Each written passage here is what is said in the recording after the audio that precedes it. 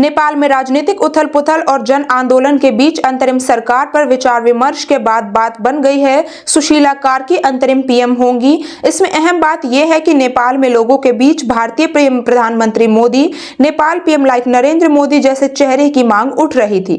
कई नागरिकों ने भारत के प्रधानमंत्री नरेंद्र मोदी जैसे नेतृत्व की तुलना करते हुए नेपाल में भी समान दृष्टिकोण वाले नेता की जरूरत पर जोर दिया। नेपाल में भी पीएम मोदी जैसे नेता की जरूरत। काठमांडू के एक स्थानीय निवासी ने कहा, हमें पीएम मोदी जैसे प्रधानमंत्री की जरूरत है जो देश के लिए सोचता हो और उसे प्रगति की ओर ले जाए। हम पीएम मोदी का समर्थन करते हैं और नेपाल में भी ऐसा ही चाहते हैं। ये बयान नेपाल में चल रहे जन आंदोलन और पूर्व प्रधानमंत्री केपी शर्मा ओली के इस्तीफे के बाद आए राजनीतिक संकट के बीच सामने आया।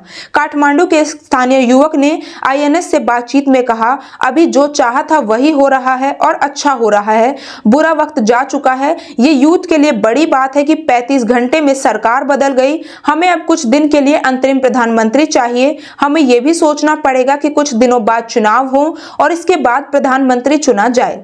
ऐसे नेता चाहिए जो नेपाल के बारे में सोचे। उन्होंने ये भी कहा, हमें प्रधानमंत्री मोदी जैसे प्रमुख की जरूरत है जो देश के बारे में सोचे और उनकी प्रगति में योगदान दे। हम प्रधानमंत्री मोदी का समर्थन करते हैं और नेपाल में भी प्रधानमंत्री के रूप में ऐसा ही नेता चाहते हैं। हालांकि नेपाल के अंतरिम प्रधानमंत्री के रूप में पूर्व मुख्य न्यायाधीश सुशीला कार्की के नाम पर कुछ स्थानीय लोगों ने आपत्ति जताई। एक अन्य स्थानीय निवासी ने कहा, सुशीला कार्की प्रधानमंत्री नहीं बन सकती क्योंकि वह पहले से ही विवादों में रह चुकी है। लोग सुशीला कार्की को नहीं चाहते, वो नई पीढ़ी से एक नया नेता चाहते हैं। सुशीला कार्की की जगह इन नामों का किया था जिक्र। एक और स्थानीय युवक ने कहा, सुशीला कार्की नेपाल की प्रधानमंत्री नहीं बनेंगी, उनकी जगह बालेंद्र शाह, धरन कुलमन घिसिंग और गोपी हमाल जैसे नेताओं को नेपाल का प्रधानमंत्री बनना चाहिए क्योंकि सुशीला कार्की की भूमिका से देश में सिर्फ राजनीति ही आएगी। एक अन्य नागरिक ने एकता और राष्ट्रीय मुद्दों पर ध्यान देने की जरूरत पर बल देते हुए कहा,